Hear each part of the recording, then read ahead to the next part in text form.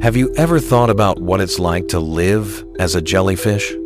At first glance, it looks peaceful, just floating in the sea, drifting freely, without the burden of bones, brains, or complex organs.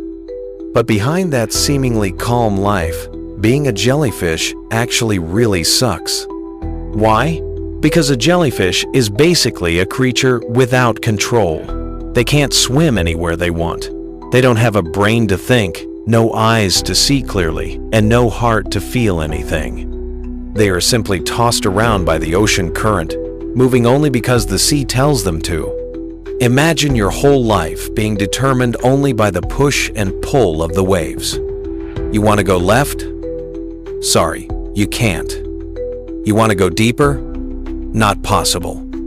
You want to escape predators? Forget it. All you can do is drift along. That's the sad reality of being a jellyfish, a creature that looks free, but is actually a slave to the sea. Now think about how fragile they are. A jellyfish's body is made of 95% water. That means they're super soft, without bones, without muscles, without any real protection. If they hit the beach, they dry up. If a small fish bites, they tear apart. Even just waves pushing them too hard can break them into pieces. Their defense? Only venom in their tentacles. But here's the irony. The venom can be deadly, but the jellyfish itself remains weak and defenseless. They can kill others, but can't even protect themselves. When you think about it, their life is really full of contradictions. Dangerous, yet fragile. Alive, yet empty. Existing, yet meaningless. Do they even have consciousness? No.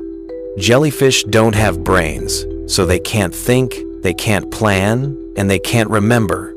They live purely on instinct and reflex. They don't know who they are, don't know why they exist, and don't know where they're going. Imagine living without memory, without purpose, without dreams. Every day is just the same. Floating, drifting, stinging, eating plankton, and then drifting again. Life without awareness might sound peaceful. No worries, no stress, no responsibilities. But at the same time, isn't that just emptiness? Because what's the point of living if you don't even realize you're alive? Now, compare that to us humans. We often complain that life is hard. Bills, work, relationships, problems that pile up, but at least we have a choice. We can decide what to do tomorrow. We can dream. We can fight. We can create meaning for ourselves. Meanwhile, jellyfish don't have that luxury. They can't decide anything. They're just at the mercy of the sea. Some people even call jellyfish immortal creatures, because in theory, certain species of jellyfish can revert their cells back to the young stage after becoming adults, like hitting the reset button of life. Sounds amazing, right? Immortality. But is it really that great? What's the point of living forever if you don't know who you are, if you don't understand time, if you don't even realize you've been alive before? Immortality without consciousness is not a blessing. It's just an endless cycle of emptiness.